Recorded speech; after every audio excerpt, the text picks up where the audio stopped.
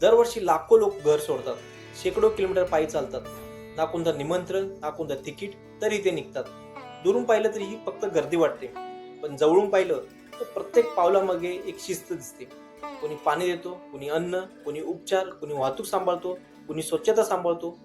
मग प्रश्न पडतो, लाखो लोकांची व्यवस्था चालवतो तरी कोण? आज आपण श्रद्धेचा निर्णय करणार नाही. आज आपण पाहणार आहोत या संपूर्ण व्यवस्थेचं विज्ञान, या परंपरेचा इतिहास आणि लाखो लोकांना जोडणारी अदृश्य शिस्त. कारण ही फक्त वारी नाहीये, ही चालती व्यवस्था आहे.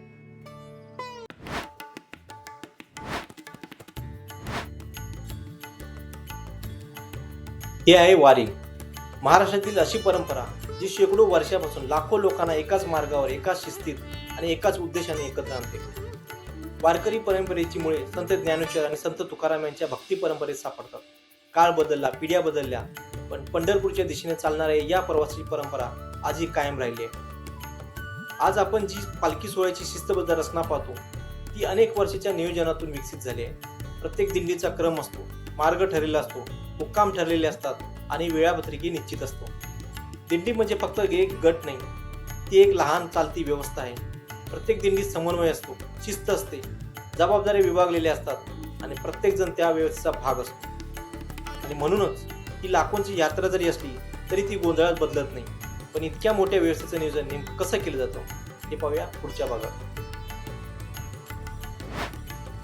दररोजची सुरुवात जवळजवळ एकाच वेळेला हजारो नाही लाखो लोक पुन्हा एकदा चालायला तयार होतात. आणि आश्चर्याची गोष्ट म्हणजे ही सुरुवात गोंधळाने नाही तर शिस्तीने होते. वारीत प्रत्येक जण स्वतंत्रपणे चालत नाही. प्रत्येक वारकरी एका दिंडीचा भाग असतो. प्रत्येक दिंडीचा क्रम असतो, नेतृत्व असतो, थांबण्याची जागा ठरलेली असते आणि पुढे जाण्याची वेळ. इतक्या मोठ्या प्रवासात अन्न कोण देतं, पाणी कुठून येतं? उत्तर आहे स्वयंसेवा. अनेक संस्था, गावकरी आणि हजारो स्वयंसेवक वारकऱ्यांसाठी सेवा उभी करतात. लाखो लोक चालतात म्हणून आरोग्य सेवाही तितकीच महत्त्वाची. मार्गावर अनेक ठिकाणी वैद्यकीय पथकं, रुग्णवाहिका आणि आपत्कालीन सेवा सज्ज असतात. वारीचा मार्ग फक्त वारकऱ्यांसाठी नसतो, त्याच रस्त्यावर सामान्य नागरिकांचं आयुष्य सुरू असतं. म्हणून वाहतूक नियंत्रण, सुरक्षा आणि गर्दीचे नियोजन ही प्रशासनाची मोठी जबाबदारी असते. इतक्या मोठ्या प्रवासात स्वच्छता राखणे तितकंच महत्त्वाचं. स्थानिक स्वराज्य संस्था, सफाई कर्मचारी आणि अनेक स्वयंसेवक ही जबाबदारी आपली पार पाडतात.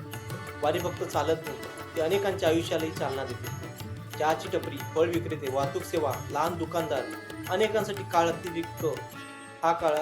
हा काळ अतिरिक्त उत्पन्नाची संधी बनते. ही व्यवस्था एका व्यक्तीवर चालत नाही, ती हजारो लोकांच्या जबाबदारीवर चालते आणि लाखो लोकांच्या शिस्तीवर उभी असते. पण इतक्या मोठ्या व्यवस्थेचा महाराष्ट्रावर नेमका काय परिणाम होतो?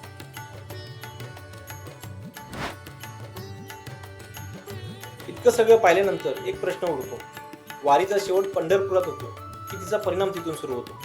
वारीमध्ये वय वेगळं असू शकतं, व्यवसाय वेगळा असू शकतो, भाषा, गाव, परिस्थिती वेगळी असू शकते, पण प्रवास एकत्र असतो. हीच तिची सर्वात मोठी ताकद आहे. लाखो लोक असले तरी व्यवस्था टिकते. कारण शिस्त फक्त नियमामधून येत नाही, ती सहभागी होणाऱ्या लोकांच्या जबाबदारीतून येते. वारीचा परिणाम फक्त आध्यात्मिक किंवा सांस्कृतिक नसतो. मार्गावरील अनेक गावांमध्ये स्थानिक व्यापार वाढतो, सेवा निर्माण होतात, अनेकांना अतिरिक्त उत्पन्नाच्या संधी मिळतात.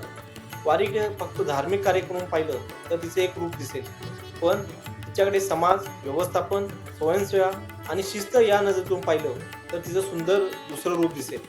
कदाचित वारीची खरी ताकद लाखो लोक चालण्यात नाही तर लाखो लोक एकत्र चालण्यात आहे. आज आपण श्रद्धेचा निर्णय दिला नाही, आपण फक्त या व्यवस्थेला समजून घेण्याचा प्रयत्न केला.